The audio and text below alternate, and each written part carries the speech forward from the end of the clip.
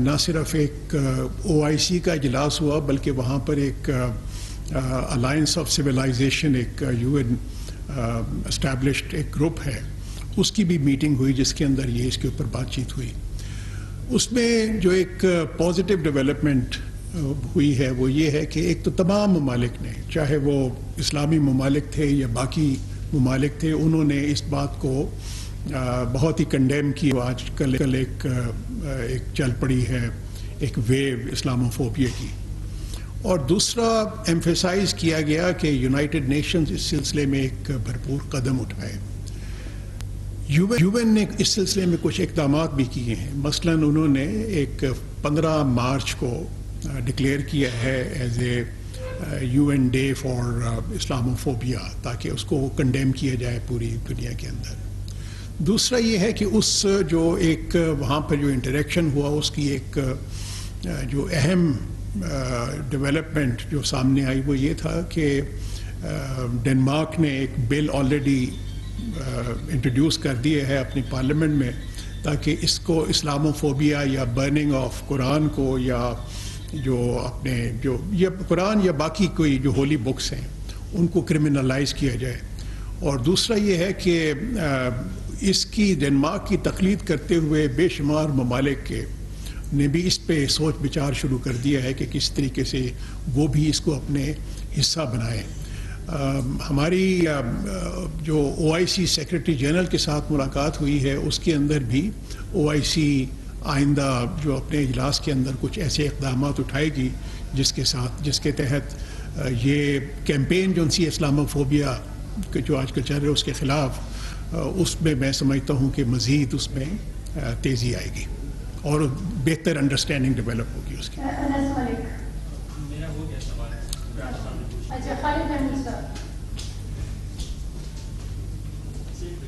ایک political impression تھا ماضی میں کہ پاکستان جو ہے وہ گزشتہ 2 سال میں تنہائی کا شکار ہو گیا دنیا میں.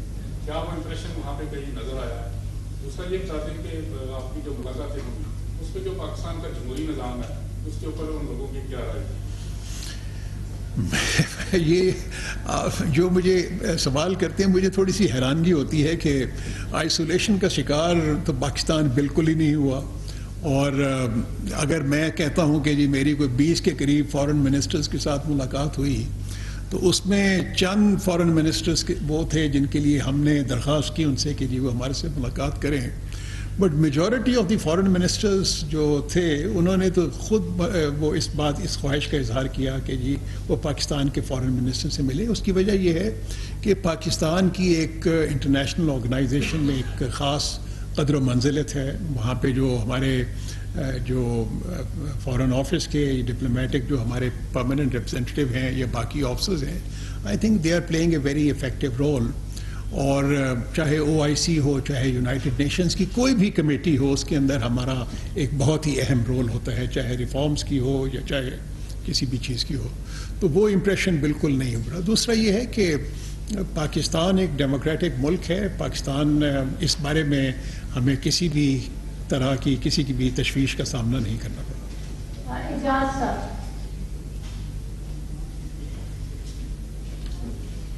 یہ تو آپ کو ویلکم ہے کہ آپ واپس آ گئے امریکہ سے، لوگ کافی دل لگاتے ہیں. مجھے ایک تو یہ جاننا ہے کہ پاکستان کی فلسطین کے حوالے سے جو ریجنل پوزیشن تھی، پہلے تو یہ کہتے تھے کہ ہم اسرائیل کو تسلیم نہیں کرتے، انلیجیٹمیٹ اسٹیٹ ہے. لیکن ہم نے گزشتہ حکومت میں یہ دیکھا کہ تھوڑا سا ڈیویشن کی اور 2 اسٹیٹ سولوشن کے کا پاکستان میں موقع اختیار کیا. آپ کی جو OIC میں تقریبی اسپیچ تھی کانٹیکٹ گروپ میں جو ہے وہ دارالحکومت فلسطین کا، تو کیا ایک تو یہ بتائیے کہ کیا ہماری اوریجنل جو پوزیشن تھی یہ اس سے تھوڑی سی ڈیویشن نہیں ہے؟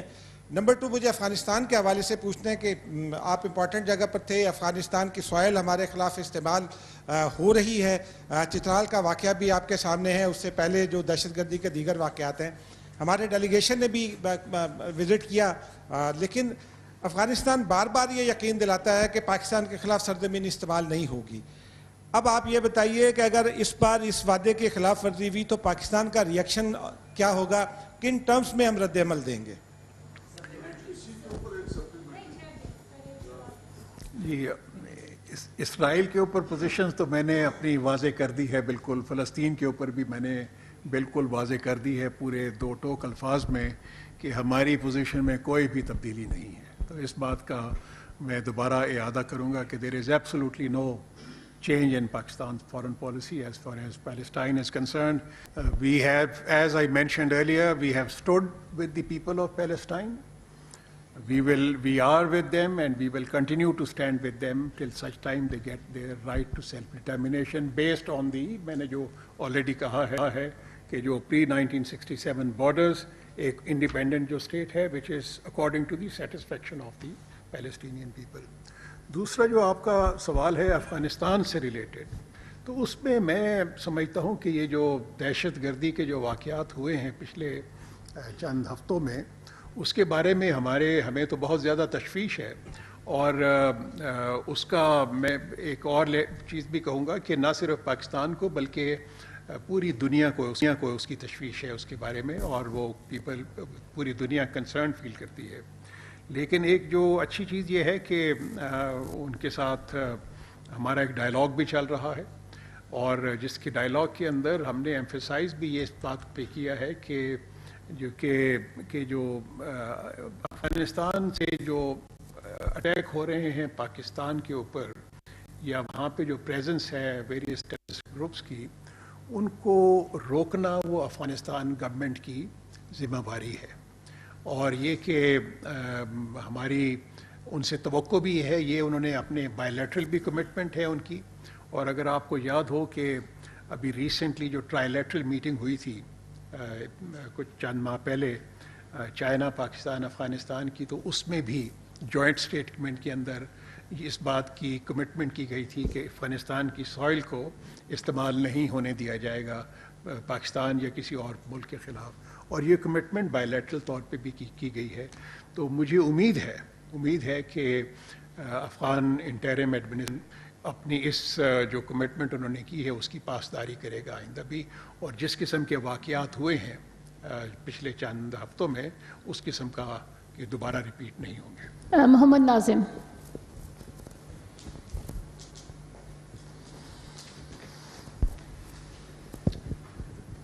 Thank you, ma'am. Sir, this is Mohammed Nazım from Anadolu Agency, Turkey. Yesterday, the Russian embassy in Islamabad had announced that Pakistan received liquefied petroleum gas.